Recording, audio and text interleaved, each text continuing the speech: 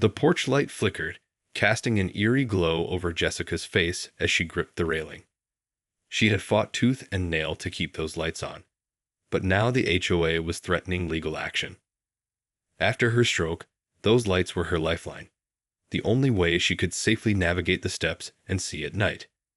But the petty neighborhood tyrants didn't care about her disability, only their precious rules. Jessica's hands trembled as she thumbed through the latest cease and desist letter. "This is unbelievable," she muttered, her voice laced with desperation. She glanced over at her husband, Mark, who sat silently, jaw clenched. "We have to fight this. I can't be trapped in my own home," Jessica pleaded, her eyes filling with tears. Mark reached over and squeezed her hand, his expression grave. "I know, honey. But you saw how they twisted the bylaws last time. They'll do whatever it takes to shut us down."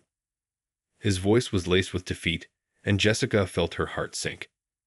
Just then, the doorbell rang, shattering the tense silence. Jessica took a deep breath and opened the door, coming face to face with their HOA president, the infamous Mrs. Wilkins. "Good evening, Jessica. I see you've received our latest letter." Mrs. Wilkins' tone was sickeningly sweet, her eyes cold and calculating. "I do hope you'll reconsider removing those unsightly lights.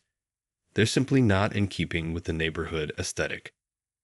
Jessica felt her temper flare. "Mrs. Wilkins, you know damn well those lights are a necessity for me. After my stroke, I can barely see at night without them. Are you really going to deprive a disabled person of basic mobility and safety?" Mrs. Wilkins tusked, shaking her head. Now, Jessica. Let's not be dramatic.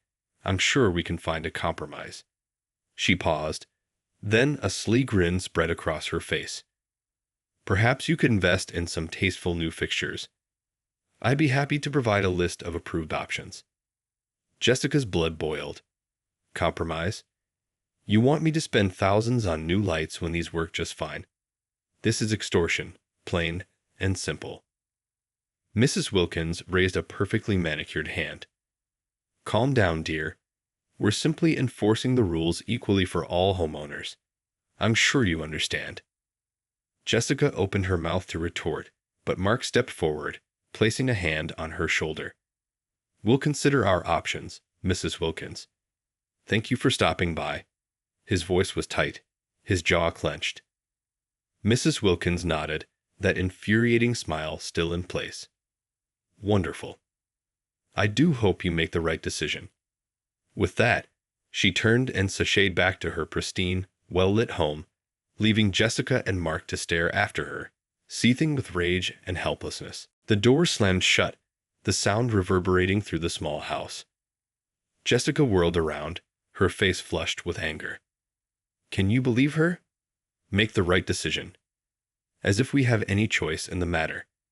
She paced the living room, her cane tapping against the hardwood floor. They're going to take away the only thing that allows me to get around safely at night. It's not fair. Mark watched his wife, his expression pained. He knew how much those porch lights meant to her, how they had given her a sense of independence and security after the stroke. But he also knew the HOA was ruthless when it came to enforcing their rules. I'm sorry, Jess.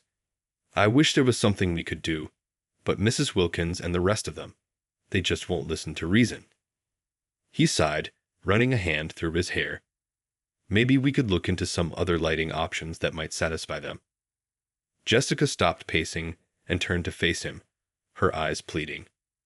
Mark, you know those other lights won't work. They're not bright enough, and I can't afford to keep replacing bulbs. This is my only way to get around without constantly needing your help. She reached out and grabbed his arm, her fingers digging in. I can't be stuck in this house, Mark. I just can't. It'll destroy me. Mark pulled her into a tight hug, his heart breaking as he felt her trembling. I know, Jess. I know. We'll figure something out, I promise. We're not going to let them do this to you. They stood there for a long moment, the only sound the ticking of the clock on the mantel. Finally, Jessica pulled back, wiping at her eyes.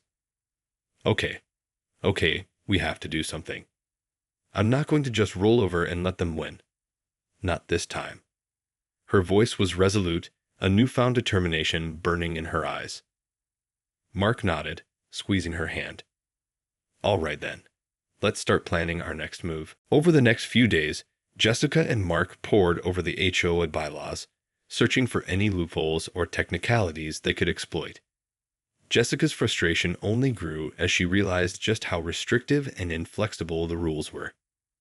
This is ridiculous. There's no provision for medical exemptions or reasonable accommodations. It's all just about aesthetics and neighborhood harmony. She slammed the binder shut, her hands shaking. How are they allowed to do this? Mark placed a reassuring hand on her shoulder. I know, honey, but we're not going to give up.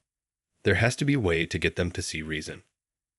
He began typing furiously on his laptop, his brow furrowed in concentration. Okay, let's try a different approach. Maybe we can rally the other homeowners, get them to put pressure on the HOA. Jessica raised an eyebrow. You really think that's going to work?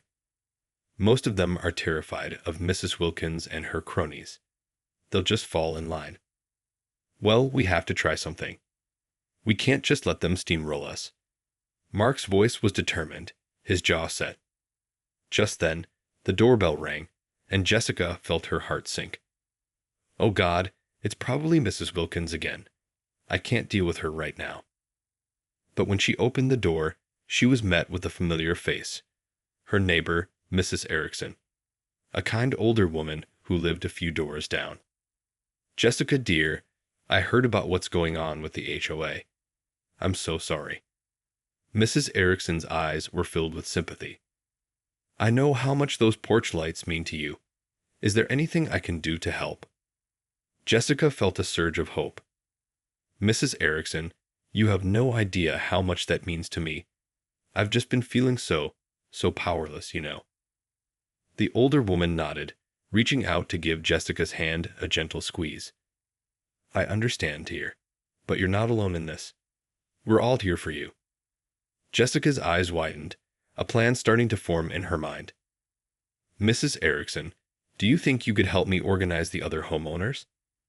I have an idea, but I'll need everyone's support. Mrs. Erickson's face broke into a warm smile. Of course, my dear. Just tell me what you need. As Jessica ushered her inside, she could feel the glimmer of hope growing stronger. Maybe, just maybe, they had a chance after all. Over the next few days, Jessica and Mrs. Erickson worked tirelessly, rallying the other homeowners in the neighborhood. It was slow going at first, as many were hesitant to challenge the all-powerful HOA. But Jessica's determination and Mrs. Erickson's kind persistence slowly won them over. This isn't just about my porch lights, Jessica explained passionately at a makeshift community meeting. It's about the HOA's blatant disregard for our rights as homeowners. They're supposed to be here to serve us, not the other way around. The small crowd murmured in agreement, and Jessica felt a surge of hope. Maybe, just maybe, they had a chance. As the meeting drew to a close, Mrs. Wilkins, the dreaded HOA president, strode in, her perfectly coiffed hair and designer pantsuit a stark contrast to the modest homes around her. Well, what do we have here? She purred, her eyes narrowed. I heard there was a little gathering taking place. I do hope you're all not plotting something unwise. Jessica stepped forward, her cane tapping defiantly against the hardwood floor.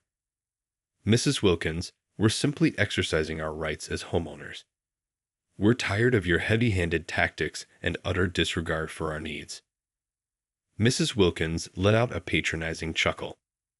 My dear, I'm afraid you're quite mistaken. The HOA is here to maintain the integrity of our lovely neighborhood. Surely you can understand the importance of that, at the expense of our basic rights and quality of life. Jessica shot back, her voice rising. You're punishing me for a disability I didn't choose, and you don't even have the decency to provide a reasonable accommodation. The crowd murmured in agreement, and Mrs. Wilkins' expression darkened. Now, let's not be hasty. I'm sure we can find a compromise that works for everyone." Jessica shook her head, her eyes blazing. "No more compromises, Mrs. Wilkins. This time, we're going to fight back. And we won't stop until you restore my porch lights and respect the needs of this community." The crowd erupted in cheers, and Mrs. Wilkins' face flushed with anger. She opened her mouth to respond, but Jessica held up a hand, silencing her. "Save it. This meeting is over. We have work to do." With that, Jessica turned and strode out, the crowd following close behind, leaving a fuming Mrs. Wilkins in their wake. In the days that followed, the neighborhood erupted in a flurry of activity. Jessica and Mrs. Erickson spearheaded a petition drive, gathering signatures from every homeowner who supported their cause. The energy and determination of the community was palpable, and Jessica felt a renewed sense of hope. However, Mrs. Wilkins and the HOA were not about to go down without a fight. They responded with a barrage of threatening letters, warning the homeowners of potential fines and legal action if they continued to defy the rules. "They're trying to bully us into submission," Jessica growled, crumpling up another letter. "But this time, we're not backing down." Mark placed a reassuring hand on her shoulder. "I know, honey, and we're not going to let them win. The whole neighborhood is behind you on this." Jessica nodded, her expression resolute. "We need to take this to the next level. I'm going to file a formal complaint with the State Housing Board. Maybe they can force the HOA to make some concessions." Mark's eyes widened. "Jess, are you sure that's a good idea? You know how ruthless Mrs. Wilkins and the HOA can be. They might retaliate." Jessica's gaze hardened. "I don't care, Mark. I'm done playing by their rules. This is about more than just my porch lights now. It's about standing up for the rights of every homeowner in this community." With a deep breath, she picked up the phone and began dialing, her fingers trembling slightly. As the line connected, she steeled herself, ready to take on the HOA and its tyrannical president once and for all. The fight was just beginning, but Jessica was more determined than ever to emerge victorious. She would not be silenced, not this time. Her porch lights may have been the catalyst, but the stakes had been raised. It was now a battle for the very soul of their neighborhood. The weeks that followed were a whirlwind of activity as Jessica and the homeowners waged war against the HOA. The formal complaint to the State Housing Board had set the wheels in motion, and the pressure was mounting on Mrs. Wilkins and her cronies. Meetings and protests were held, letters and petitions were sent, and the local media even picked up on the story, shining a spotlight on the HOA's heavy-handed tactics. Jessica's unwavering determination and the community's solidarity proved to be a formidable force. Mrs. Wilkins, however, was not one to go down without a fight. She responded with increasingly aggressive measures, threatening fines, and even legal action against the homeowners. But with each new challenge, the community only grew more resolute. Finally, after months of grueling battle, the State Housing Board ruled in Jessica's favor. The HOA was ordered to not only restore her porch lights, but also implement a comprehensive policy to accommodate the needs of disabled residents. It was a stunning victory, and the neighborhood erupted in celebration. As Jessica stood on her porch, the warm glow of the restored lights illuminating her face, she couldn't help but feel a sense of triumph. She had fought the HOA, and she had won. More importantly, she had inspired her community to stand up for their rights and to never back down in the face of injustice. "It's over, Mark," she whispered, leaning into her husband's embrace. "We did it." Mark nodded, his eyes shining with pride. "Yes, we did. And we're not going to let them forget it, either. This neighborhood is ours, and we're going to keep fighting for it, no matter what." Jessica smiled, her heart swelling with a renewed sense of purpose. The battle may have been won, but the war for their community's future was far from over. But with the unwavering support of her neighbors, she knew that they were more than ready to face whatever challenges lay ahead. The victory over the HOA was a hard-won one, but Jessica and the community were determined to savor every moment. As the news of their success spread, neighbors gathered on the front lawns, congratulating each other and sharing stories of the long, grueling fight. For Jessica, the restored porch lights were more than just a practical necessity. They were a symbol of her hard-won independence and the community's collective triumph. As she stepped out onto the porch, the warm glow illuminating her face, she couldn't help but feel a profound sense of relief and pride. "We did it, Mark," she said, reaching for her husband's hand. "We really did it." Mark squeezed her fingers, his eyes shining with unshed tears. "I never doubted you, Jess. You're the bravest, most determined person I know." Jessica chuckled, leaning her head against his shoulder. "Well, I had a lot of help. This whole neighborhood stepped up in a big way." As if on cue, the sound of footsteps approached, and Jessica looked up to see Mrs. Erickson making her way across the lawn, a wide smile on her face. "Jessica, my dear, I'm so proud of you," the older woman said, pulling her into a warm embrace. "You've inspired all of us to stand up for what's right." Jessica felt a lump in her throat as she hugged Mrs. Erickson back.